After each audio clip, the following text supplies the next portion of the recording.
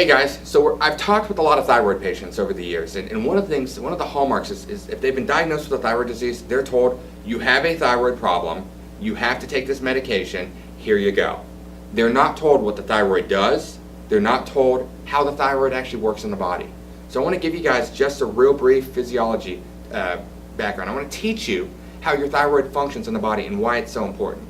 So first thing I need you to do is get a pen and paper, multiple color, just kidding. You don't have to write anything, you're watching me on video. It's really, really simple. I'm going to give you just a couple little pointers here, okay? Everything starts in your brain. Your thyroid sends a signal from the brain, I should say the hypothalamus sends a signal from the brain to the pituitary gland to actually make a hormone. You've heard of this hormone, it's called TSH, thyroid stimulating hormone. Once the pituitary gland sends that TSH to the thyroid gland, then the thyroid is told to make two hormones, T4 and T3. 93% of what the body makes is T4. Only 7% is T3. So the key thing is, if you're taking Synthroid or levothyroxine, that's a synthetic T4. So what you're taking is many times the same type of product that your body is making. But here's the caveat. Your body doesn't use T4. I want you to digest that. T4 is made, but the body can't use it.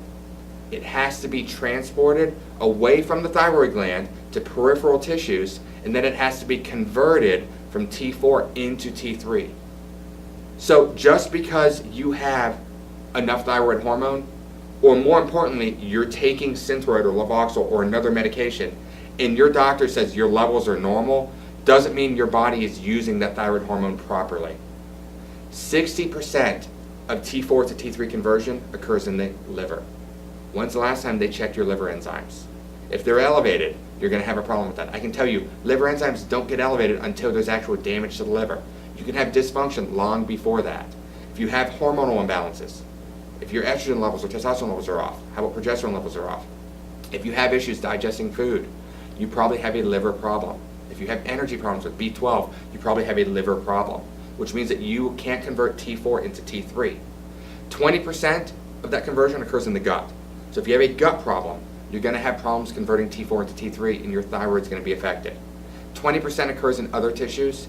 So you need to have your body functioning as a whole piece in order to have your thyroid converting that T4 into T3. Now, here's the thing. Once it's converted, it still has to be transported to cells where it's used. You know, every cell in the body uses T3. So it has to hop in a taxi cab called thyroid binding globulin, get sent to the cells, and the cells still have to use it.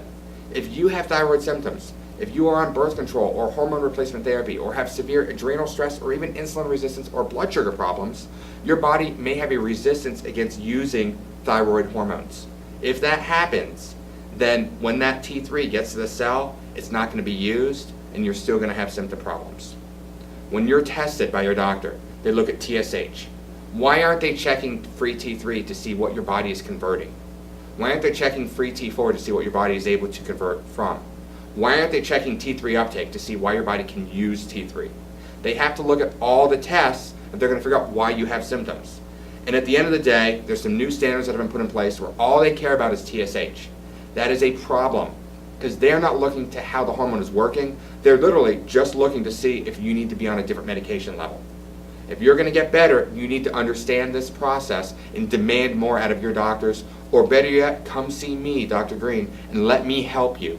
704-987-3993 is my office number.